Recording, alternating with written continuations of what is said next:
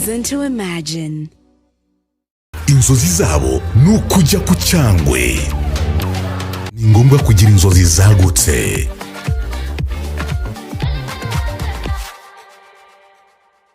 Airtel, a reason to imagine. Inama y'ibyemezo by'inama y'abaminisitiri uyu munsi ku itariki 21 z'ukwezi kwa gatandatu umwaka wa 2025. Mbere ko tugera kuri iyo nama gusa hano hari itangazo rya Minisiteri y'Abakozi yasohoye ku munsi w'ejo tariki 20 igiruti Minisiteri y'Abakozi ba Leta n'Umurimo iramenyesha ko iminsi ikurikira izaba ari iminsi y'ikiruhuko rusange. Kuwa kabiri ku itariki ya 2 Nyakanga 2025 umunsi w'ubwigenge, kuwa gatanu tariki ya 4 Nyakanga 2025 umunsi wo kwibohora. Minisiteri yamenyesha kandi guverinoma yatanze ikiruhuko rusange mu minsi ikurikira: kuwa gatatu tariki ya 2 Nyakanga 2025, kuwa kane tariki ya 3 Nyakanga 2025 akazi kazasubukurwa kuwa mbere tariki 7 Nyakanga 2025. Serivisi z'ingenzi zizakomeza gutangwa kugira ngo ibikorwa bidahagarara. Turasabwa kwizihiza iyi minsi mikuru ikomeye mu buryo buboneye kandi butekanye. Iryo ni itangazo rya Minisiteri y'Abakozi n'Umurimo yatangashe ku munsi w'ejo tariki 20 ukwezi kwa gatandatu umwaka wa 2025. Abenshi mwakomeje kwibaza impamvu guverinoma itanze ikiruhuko kingana no minsi yose ku buryo abantu bazaturuhuka kugeza ku itariki ya 2 kugeza ku itariki 6, kubera ko abantu bazasubira ku itariki 7 mu kazi, kubera ko ubwo urumva hazacamo n'iminsi ya weekend. Niyo mpamvu rero tugiye kumva ibyemezo by'inama y'abaminisitiri. Gusa none nongera kumara igihunga abantu bakomeje kudukurikirana umunsi ku wundi. Hari itangazo cyangwa se hari amakuru mumaze iminsi mubona ku mbuga nkoranyambaga zigiye zitandukanye ngo perezida w'igihugu ararwaye. Ku munsi w'ejo yagaragaye kuri kamera ari muzima rwose, no gusuza abaturage nta kibazo gihari nk'uko nari nababwiye ahabanje, ndetse abamwifuriza neza nababonye muri comment ibitekerezo byanyu mwashizemo muri abantu b'ingenzi kandi bagaciro cyane. Perezida w'igihugu rero ntago arwaye, ntago yapfuye, abariya nta makuru y'ababandi twita ngo ni ibigarasha biba bikomeje kuzana ari amakuru yo guca ndetse no guteza imvururu muri rubanda nk'uko biba byagarutsweho n'ubuyobozi. Inama rero y'abaminisitiri yemeje umushinga w'itegeko rigena ingingo y'imari ya leta y'umwaka wa 2025 ndetse na 2026.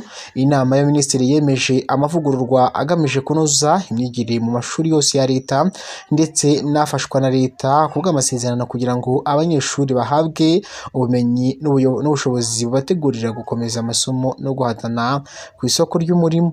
Inama y'abaminisitiri yemeje uhagarariye ibihugu n'imiryango mpuzamahanga mu Rwanda aribo bakurikira: harimo ambasaderi wa Brazil, uw'Ubushinwa, uw'Ubufaransa, ubwami bwa Maroc, ubwami bwa Denmark, Ireland, ndetse n'abahagarariye imiryango mpuzamahanga mu Rwanda harimo uhagarariye ikigo cya AMF, uhagarariye ikigo cya gishinzwe gufasha imbabare mu Rwanda, n'uhagarariye ikigo cy'inkingo IV mu Rwanda. Ibyo ngibyo byose tugiye kubyumvira kuri no YouTube channel y'Abanyarwanda.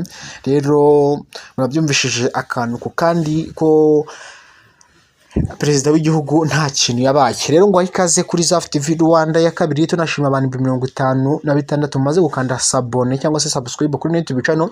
Mureke uko kwezi gushaye twuzuje byibuze mu 60. Niyo mpamvu rero nawe turayikandaho ndagira ngo kande kuri subscribe cyangwa se sabone zajye bigufasha kubona amakuru n'ibiganiro byacu bya buri munsi ngutegura kandi nakugezaho amasaha 28 kuri 28. Kandi subscribe rero tujye tubasha kubana ino video ze kwisharinga inshuti zawe kugira ngo bajye babona ibyacu, ndetse ujye no muri comment utubwire ibitekerezo by'iko ubyumva. Like igikumwe cyane ugenda gikojeje kuri likes, ubundi na subscribe kuri ako kantu gatukura. Reka tutangire twumve icyaganiriweho ndetse mereye ku kiruhuko kigiye gutangwa na guverinoma.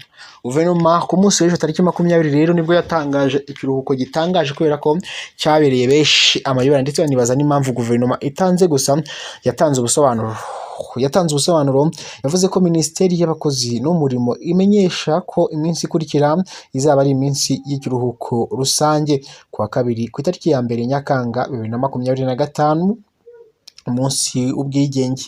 Ni umunsi igihugu kiba cyaraboneyeho ubwigenge ku wa gatanu ku itariki ya 4 Nyakanga 2025. Ni umunsi wo kwibohora kw'igihugu cy'u Rwanda, ndetse murabizi ko tugiye kujya murabizi nyine ko ubundi igihugu cyafashwe cyangwa se cyamaze kubohorwa neza ubwo jenoside yahagarikagwa ni mu kwezi kwa 7 muri ano matariki. Niyo mpamvu rero bizaba bihuye n'umunsi wo kwibohora. Minisitiri rero aramenyesha kandi guverinoma yatanze ikiruhuko, aramenyesha ko guverinoma yatanze ikiruhuko rusange ku minsi ikurikira.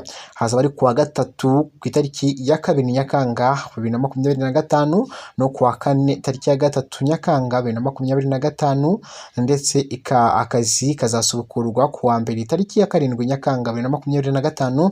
Serivisi z'ingenzi zizakomeza gutangwa kugira ngo ibikorwa bidahagarara. Turasaba kandi kwizihiza iyi minsi mikuru ikomeye mu buryo buboneye kandi butekanye.